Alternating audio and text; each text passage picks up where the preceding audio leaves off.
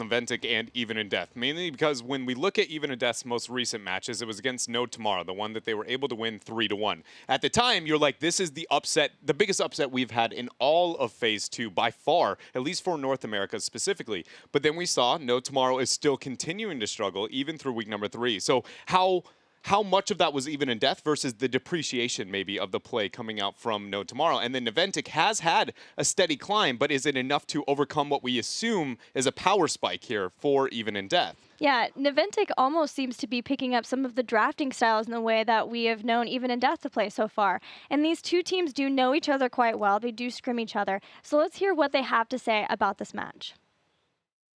Going to this Naventic set this weekend, we're feeling pretty confident, especially after taking those games off of No Tomorrow pretty easily. We think we're a much better team, and watching them play against Superstars last weekend, we consider ourselves to be pretty close to Superstars, so we think that we'll have a pretty simple time. Hopefully they don't pull out anything new with the last patch, with the recent heroes being changed, but we're just hoping to repeat what Superstars did last weekend. Well, the primary goal for Even in Death is to completely avoid the Crucible, so that we can finally put all the comments to shame and beat teams that beat us in the first half and have a much nicer record. For Even in Death, I think what we're trying to do is just have a redemption game for this half of the split, and the next split we're just going to try to come out stronger and do better. Overall, I believe the role swap was for the better, but I feel like we still have things to work out with our new roster before it can reach its max potential.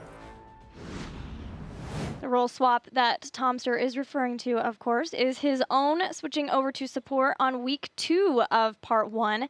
And so far, Naventic has had a tough time getting started. It feels like someone needs to take the safety brake down for them to really get going, but you've seen a lot of promise so far for them, especially once they have been switching back over to drafting styles that allow them to just try to brawl when they started drafting things like Illidan. Yeah, when Zuno was kind of on those heavy melees where he can have very big and high impact. But I do want to say that I think it means a lot to hear Tomster specifically say that he feels like the role swap was the better for the long run. Because if you think about it from his point of view, he just got put onto an isolated role, a very different role than what he traditionally is known for. And he was very popular as being the gray main guy for so very long, one of the best of it, and is comfortable moving in a different role for the team, and they are having worse results than they even had in Phase 2, but he still has faith that in the long run, this is the best choice for them. And it makes me optimistic towards the growth of Naventic, because he would be, I think, the first, not because of his personality, but because he would put the blame on himself. Right. And he still says, I think this is better for the long run. So it's really good.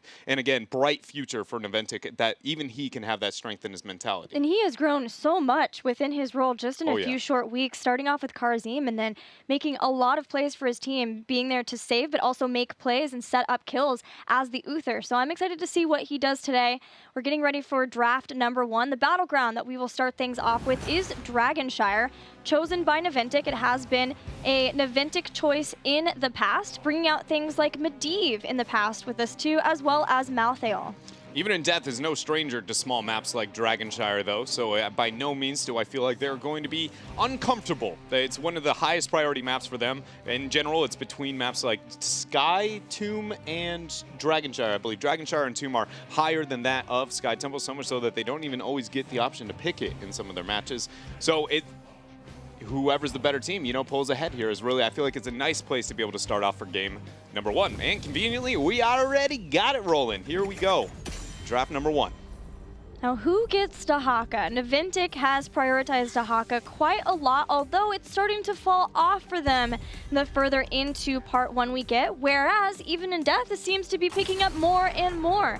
They can put Homicidal on it if necessary, but if they want Homicidal to play something else melee-centric for the team or his gray main, they have the ability to flex Frozen X onto it. So it's one of those heroes where it is not setting them up to be locked into a certain composition that maybe they don't do as well with, because it is a more flexible hero for them.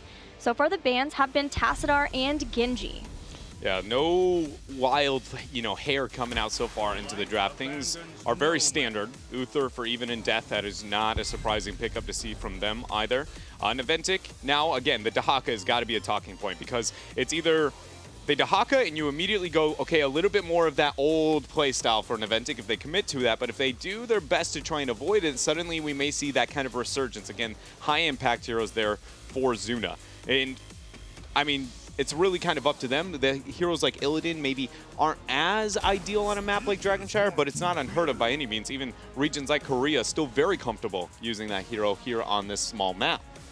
Well, Naventic will get Stitches. There's a lot of different heroes that they've liked to play before. Lunar and Malthael was one combo. They will eventually need some sort of top laner. They've also played Medivh and Dahaka before, even going back and playing some Falstad and Li Ming. Naventic is one of the teams that isn't afraid to draft a Falstad and then make sure that they can have a global to make rotations and be able to create those favorable situations for them to get some picks, putting iDream on the hero.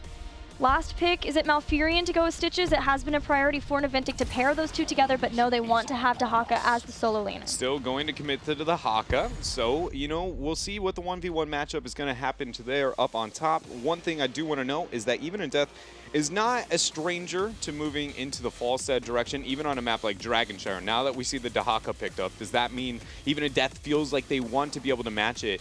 Falstad has been a hero throughout the entire North American scene. Every team has a different idea on how valuable it is, but they decide they are going to hold off, committing instead to a Greymane and an Arthas. Very strong draft so far, really well-rounded, whereas Naventic has committed a bit to the Warrior department, and that may give an upper hand to Even in Death so far through this draft, but I'm very impressed, as usual, actually, with Even in Death's drafting.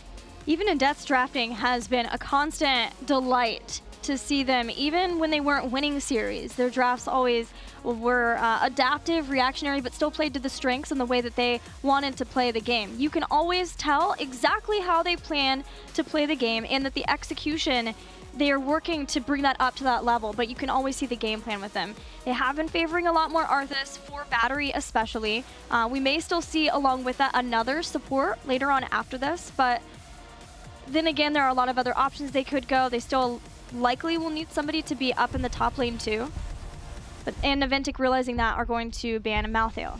Yeah, not wanting to deal with the Malthael into the Dahaka matchup. It's one that is more of a skill, is the word I'm going to use, skill matchup, more than it is a lopsided in one direction. A lot of it comes down to if Malthael commits, then Dahaka can't back away, but that depends on where the minion wave is. Either way, they no longer have to have that concern, removing a very powerful setup there for Even in Death. What do they want to see on the other side? Obviously, with two Warriors taken away, it's unlikely to see the priority there. I expect to see something like the Malfurion ban as a possibility, as you were talking about, synergy with the Stitches, but I also feel like Naventic, you know, Tomster making the role swap coming in, he hasn't been the most outstanding. You know, when you think of him so far, it's Karazim and Uther. And Malfurion and Rhaegar are trickling in, but they aren't at the forefront of, I feel like, the hero pool since he's made that swap. So I don't hate the idea of Even in Death ignoring even the Malfurion and being like, you know what, prove it to us. Well, they disagree. They're going to not even let it be an option. I wonder if this means we will see Team Naventic move into some sort of Ariel composition with these next two picks, or if they want to stick with the Karazim. Like you said, they've only had one Malfurion game and then two Ariel games from Tomster. He has been far more likely to stick with Uther, Karazim, and an occasional Rhaegar, which could be a possibility too, but the follow-up for Stitches, if they want to have some sort of hard crowd control to follow up now, falls maybe more so onto a Kael'thas for a big impact.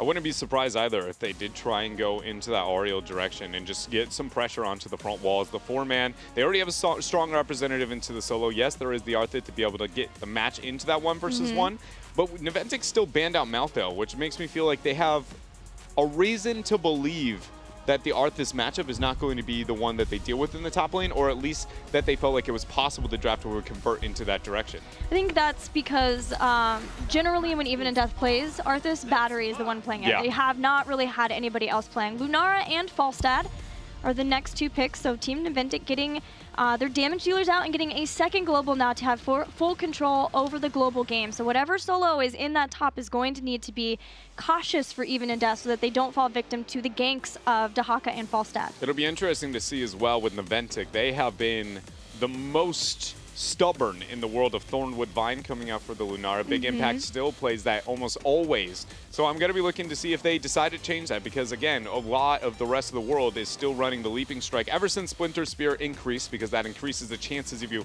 spreading your poison, which is a lot of her kit. Suddenly Leaping Strike, because that burst damage and making sure you have that survivability that is sometimes provided by the spell, has really stood out. I'd like to see them make that change because eventually their Lunara has been the most consistent with specific talents, but over time it changes, and I wonder if this is going to be the week that we see that breaking point there for Big E. Definitely still going to get Splintered Spear, though. I think finally we'll see them commit to that again. They were last week. Hey. There's the Zool and an Illidan as well. Even in Death, going back once again to the very strong melee go brawl fighting compositions that we saw them have a lot of success with versus No Tomorrow. And having the Zool is going to make up for a lot of the negatives and weaknesses of the composition that Even in Death have, because traditionally those melee heroes struggle into the wave clear department. Zool is very, very good at it. For those who have never played him, he is probably one of the best wave clear heroes in the entire game, and once you one-shot the minions, convert them over, you can drain so much ammo, and conveniently he also accents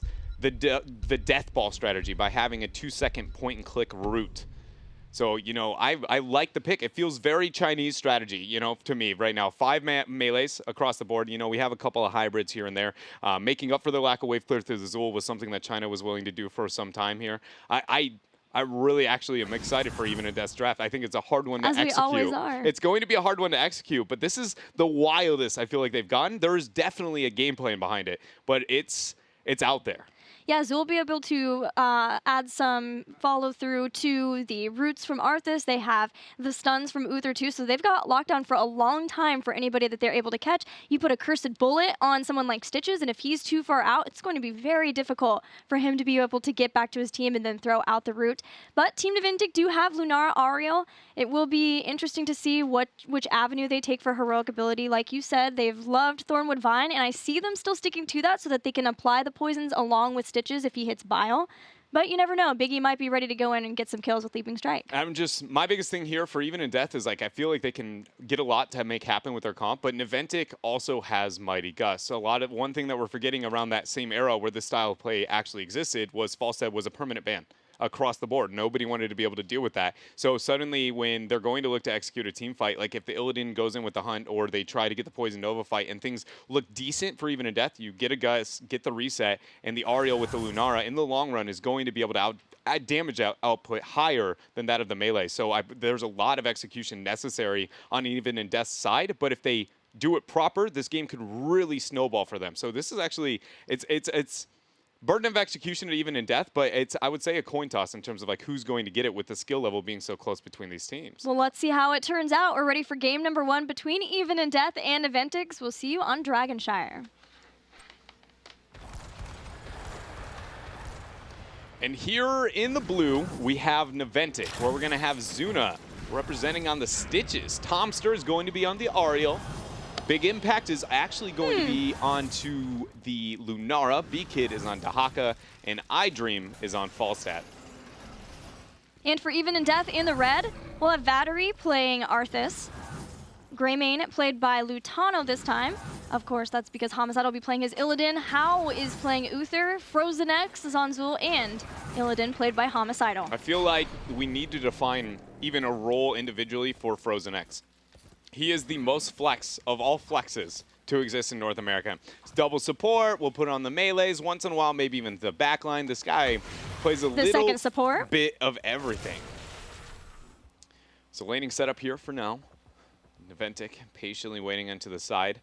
A lot of Even in Death is going to be clumped up and grouped together. Their rotations, they have opportunities to move into a 4-1, a 3-2. Zool single-handedly changes the laning phase of a lot of different maps and how it can play out, and I'm really excited to see what Even in Death makes happen. You see this really heavy 1-4 because Frozen X, again, is so good in the wave clear, and they're going to try and drain a lot of ammo early on.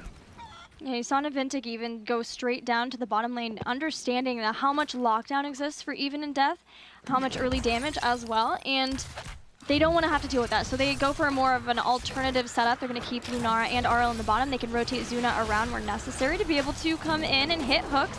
There's going to be the root of Zul, but Zuna makes it back at least far enough. It does take some damage from the cocktail. And already we see Even in Death is actually applying pressure to the front wall, even on the second minion wave. So there's two different ways when you run a very heavy, lopsided wave clear advantage composition and you run a traditional 1-4. You either go for the instant, immediate pressure like we see Even in Death opting towards, or you go for a more deceiving rotation and letting the ammo drain more and then getting that experience in the long run through the minions and the pressure while you're ganking in the downtime. So we'll keep track on whether or not Even in Death actually is able to obtain those front walls. It makes their rotations necessary to be a lot more efficient, and decision making is going to have to be a lot more crisp from them if they're going to go in this direction. Meanwhile, you spoke of ganks, and Team Naventic did devote Falstad and Stitches to go to the top and try to gank Homicidal, but he was able to juke a lot of the skill shots and be able to stay safe laning up there. It's crucial that he's able to do that, because if anybody has to be sent up the top to fill in for Illidan while he's gone,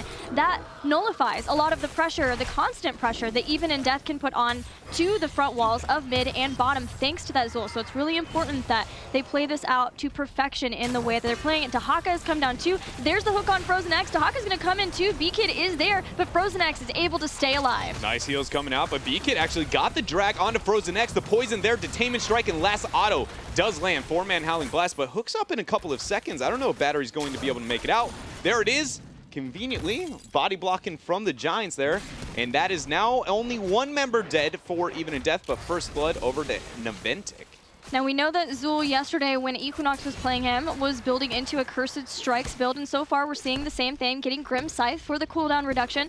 We'll see if it's going to be weakened once again for the increased auto attack slow at 7, or if it'll be something else for Frozen X on that Zul, but still Backlash as well for that extra jump in damage, the 15% of max health whenever someone is around. It's basically like you're going to put up your bone armor and you're saying stay away from me, or you are going to take a chunk of damage, and it might be enough that we're able to turn the fight because of it. Yeah, and already with Even in Death having that superior laning, remember just looking back as early as the level 1 fight, and more so the laning of the minions in the first wave that we saw, that was all as a 4-man unit, very calculated. They knew exactly what they were going to make happen.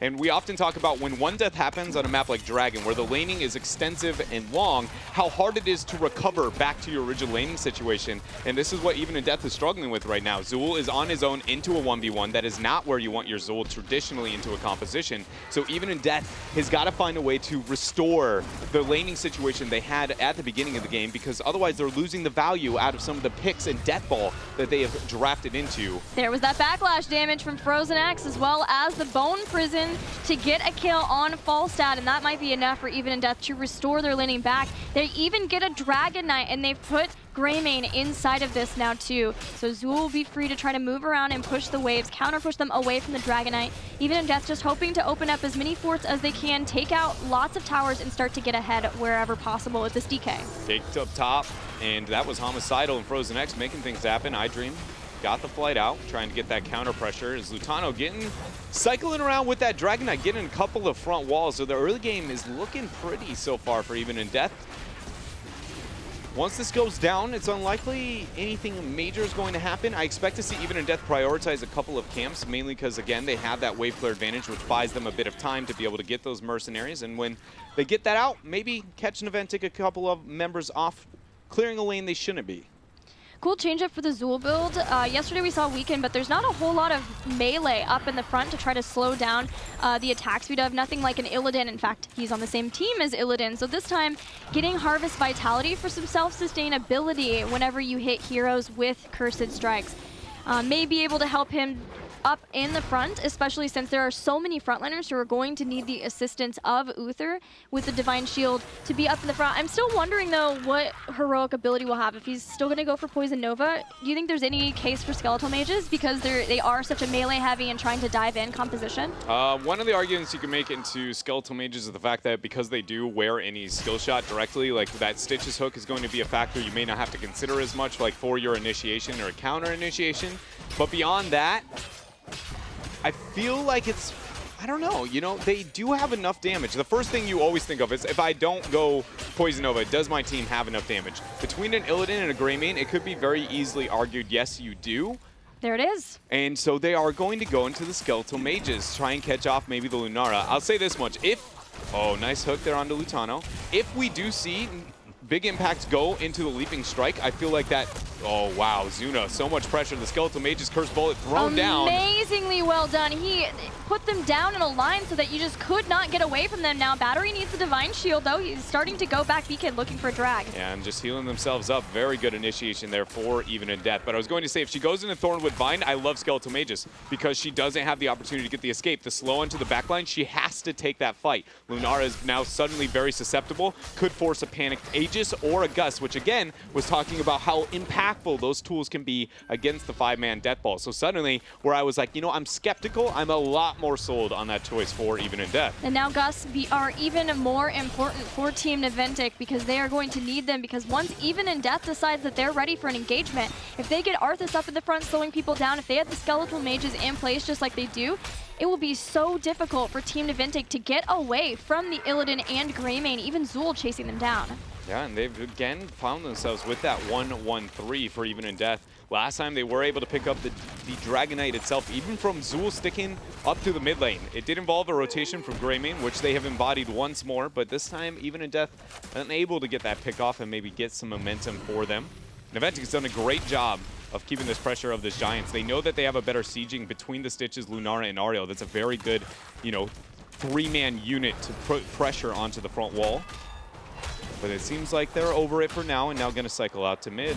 Stitches has gone in. Frozenex using that backlash in his bone armor for the shielding hook. Pulls him back into Putrid Bile, and he and iDream will eliminate Zul for 26 seconds. Flight from Falset is going to be in, but is it enough time? The Gust drop, the drag, buying a time so no auto attack can hit from Homicidal, and now they might get themselves Homicidal. He is definitely going to go down. The question is, does Lutano make it out?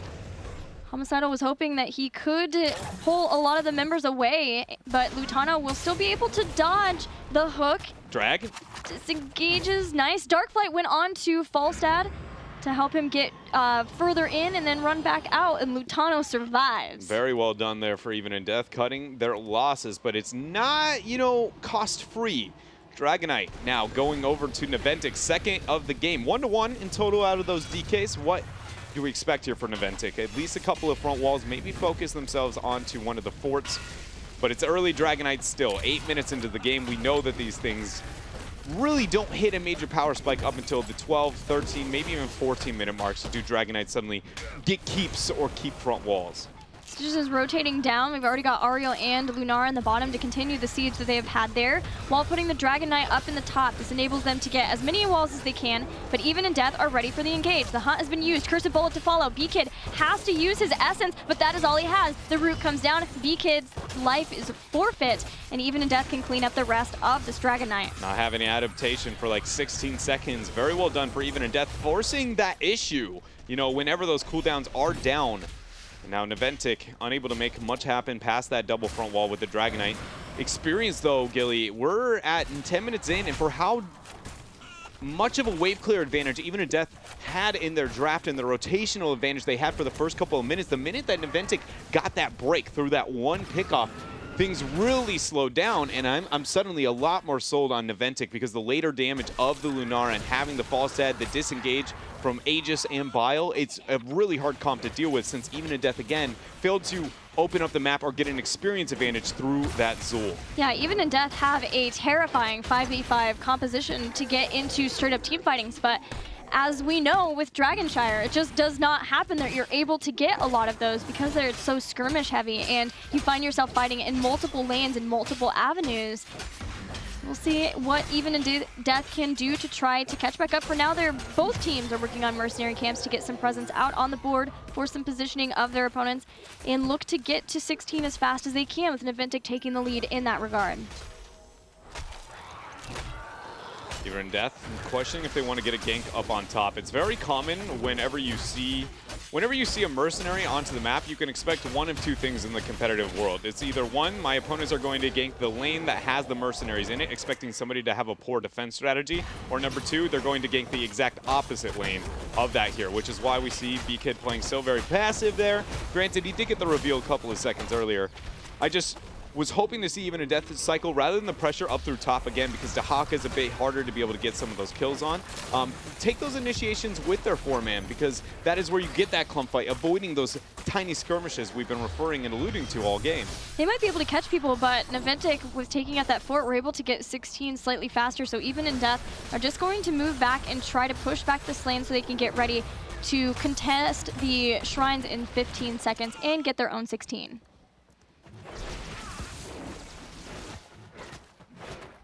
9 more seconds, and we'll have them up. You see even in death just begging for the 16 mark. They're afraid to be able to move out anywhere onto the map. The convenient thing is that though even in death has, they're even in structures. The fort up on top, in my opinion, is slightly more valuable than that on bottom, just because the even in death's wave clear into their 4s is still very successful, whereas their top lane, if it's pressured out, that 1v1 is scary on how far you want to be able to move out. And so if Homicidal can move out and B-Kid is the one being pressured, it's far better than the other way around, because you know a Dahaka can survive being overextended, whereas Illidan very much cannot be the case. So leaving that distance to safety there for the 1v1 might be something even in death finds a way to abuse. But for now, everyone is timid, to say the least. The 16 talent here is a big spike in damage for even in death. Skeletal mages have come out. Homicidal is coming in with the hunt. They've used Cursed Bullet on top of Big Impact, but the Crystal Aegis keeps him safe, and the Putrid Bile allows Naventic to get back to safety and regroup. Even in death have used a lot in the initial initiation. 4 out of their 5 heroic abilities, and not being able to get anybody, they'll retreat. Yeah, and that's going to be a difficult thing that I think they'll experience more than once. That also was not maybe an optimal disengage from Naventic. They did use Aegis and Gust at the same time. Only one was maybe absolutely necessary, but it shows that Naventic has a lot of teamfight later stages of the game, but the Bone Prison's down, the Cursed Bullet out, and now Big Impact is dead. Nice Divine Shield coming out there from Hal to keep himself alive. Zuna feeling the wrath there from that new and improved Zool, and now a double shrine controlled for even in death. The battery makes it away from the hammering just in the nick of time. That engagement and the ability to take out Lunara was largely because of the 16 talent tier and the talent spike. They have now amplified damage, which removes armor on the root target, and you could see that they were focusing Cursed Bullet on whomever did have the target down to just try to maximize their damage. They even have Executioner too, and with so many roots, so many slows that the team has, even Remorseless Winter, now that they're 16, even in death can chunk damage, just like they're doing once again right here on B-Kid. Oh, he did pop the adaptation though. The Gust and the Aegis are going to be enough to let him heal all the way back up to full HP, but 2-3 heroics just to save themselves what is already an extinct species. I'm going to say even in death has got to be saying worth after that trade. They have both of the shrines and nobody in position to stop them from getting the Dragon Knight. Even in death will be able to get a Dragon Knight. And this is starting to get later and later into the game, so this can start to bring down some structural damage. So far, even in death have only been able to take out the top fort, which is not ideal when they start to look at in-game scenarios. So they really want to try to focus their efforts on the bottom lane so they can take out the fort here and start to get set up for the mercenary pressure that could follow after that. We're at the point where Dragon Knights are beginning to chunk rather effectively, where early stages, again, it's typically a split push because the Dragon Knight on its own doesn't apply that pressure, but now we're at the stage where we typically see them clumping up as a 5-man death ball and forcing some of the forts, but even death is very much volunteered not to make that happen here. Already only having 30 seconds remaining onto the Dragon Knight, I expected them to be able to get a fort, and here it is now, all of them cycling through to that mid fort. The Dragon Knight will die before the fort. No, looks like they'll be able to get it fast enough, but Homicidal's taking a bit too much damage. Now Putrid Bile was popped there. And Zuna's trying to prevent the escape. B-Kid with a nice flank has caught Frozen X, who will be taken out, but is going to try to survive as long as he possibly can, using his root, going after Big Impact with the amplified damage of the root. In the end, Frozen X does go down. The fort was claimed, but no Zool for 55 seconds. Very good punishment there for Naventic. I was just talking about how I was confused with the Dragon Knight decisioning on the side of even in death. Once they managed to figure out what they thought was the right decision, it was a couple seconds too late. Naventic completely had their number, and now they've got 40 seconds to do whatever they want onto the map. Only one fort has gone down for both sides, but Naventic has the bottom fort down. Now they can stack the Knights, they can stack themselves the Giants, and maybe even try and force something with their 20 up on the keep walls. A very close game for game number 1 between both of these teams, each having 5 kills each, and making their way to Storm tier talents. No massive leads, no keeps down just yet, but Team Naventic, and getting that pick does have a moment where they can start to get mercenary camps out and push the lanes as far as possible, get a better setup, and get caught up, since even in death, we're starting to inch closer and closer to Storm Talons. But Gilly, we got to highlight the fact that Naventic just had a 40-second advantage where Zool was dead, and other than picking up the camps and letting them die, they haven't been able to make anything happen, you know? Yes, there is some value in the fact that experience is gained by capturing those camps themselves, but we're no longer at the stage of the game where getting experience is my biggest battle. We know the 20 is going to be a near even race, so they need to find a way to make something happen with those small victories, because that's part of the reason we're yet to see almost zero pressure onto a keep even 17 minutes into this game. Look at this, patience. Zuna sniffs it out. This is going to be a perfect Cursed Bullet, but Zuna still has survived. That's the Pulverize, forcing a Divine Shield on top of Frozen X. Makes it out with that increased movement speed. Hook coming out in a couple seconds. Better want those armies to be able to wear all of those. The slow for Lunara was out, but not enough to allow Zuna to be able to throw out a hook. Everybody transitioning now up to the top shrine. Naventic is looking to be able to get this flank. Homicidal, friend or foeing right on out. Hook does not land there. B-Kid receiving pressure from Battery. It looks like it's going to be happening there. Now Homicidal looking to move in.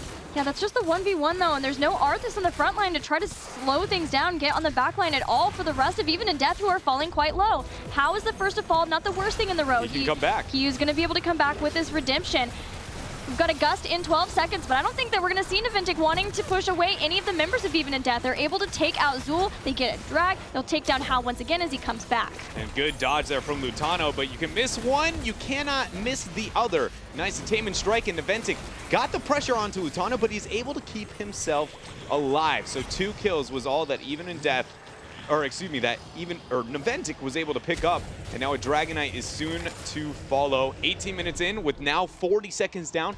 Last time I criticized the decision-making of Naventic with that window, but I'm pretty confident this one is 100% a keep and possibly more. That fight, you could see all of the sustainability that Team Naventic got with their level 20 talents, the Hardened Shield, for Stitch's Shield of Hope as well. And then you even have the Essence Clause, which does give more essence to Dahaka as long as he's basic attacking heroes, as well as the auto attack slows, or the movement speed slows that it gives. Wow. Hook hits Lutano. Immediate Thornwood Vine to follow up too. We'll have a barrel roll just to make sure that Greymane goes down. A staggered death in the defense of this Dragon Knight as he starts working on a keep. I love that from Naventic. We typically don't see on any other map other than Infernal Shrines. Teams focus the sidewall to dive past that and get a kill, but Zuna and friends focusing the sidewall, getting the hook, and now another staggered death. 45 seconds till no Greymane. Dragon Knight has moved on to the core, but a Divine Shield. The Gust is going to be used to buy a bit of time. Homicidal falling so very low, but at this point, Even in Death is just desperate, Gilly. They do not have the resources to be able to stop this, and Naventic will, in fact, take game number 1. The slows made it so easy to make sure that they could hit that hook, and the follow-up damage as Lunara scaled into the late game was real. Big impact, ensuring 2 more deaths just as the Dragon Knight took out the core. Team Naventic will walk away with game number 1. Yeah, very impressive game there for Naventic, and, you know, I feel like a lot of that game was just about the Even in Death's failure to abuse the Zool. We actually saw the exact same thing with Gale Force Esports when they ended up picking, it was No Tomorrow. They ended up picking up the Zool in the 1-2 slot of their draft, and then still kept him isolated into the solo, where he was unable to drain that ammo, get the pressure out, which is why we know Zool to be relevant in the first place, is because he does what Dahaka does, but better, you know, at least when it comes to the clearing of the 2 lane. Much like it's almost comparative to Royal Focus Leoric. Maybe even better because he adds minions on top of it, which drains the ammo faster.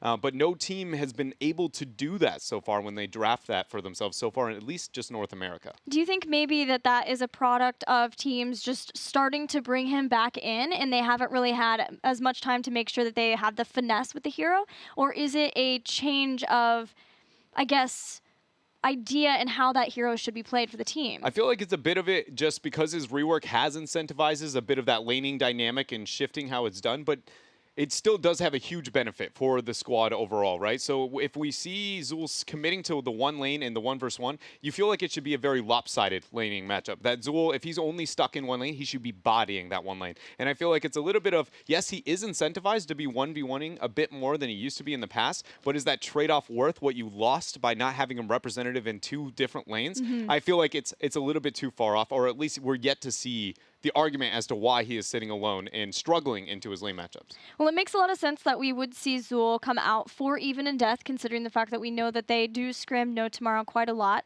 So they're going to share some ideas of what heroes are working really well. And that was sort of the first test for Even in Death to try to test out Zool. It was a Zool-favored battleground, definitely, to have him on Dragonshire. And that makes me wonder if we'll see Even in Death continue down the Zool route after losing one game and him not doing especially well with No Tomorrow either. I don't know if they're going to continue down the Zool route, but I'm pretty confident our maps are going to follow down the Zool route. But just because the priority for Even in Death has been the top 3 maps for Zool in general. I listed them before: Tomb of the Spider Queen, Dragonshire, and Sky Temple. The 2 maps you originally heard Zool was a thing was in fact those 2 small maps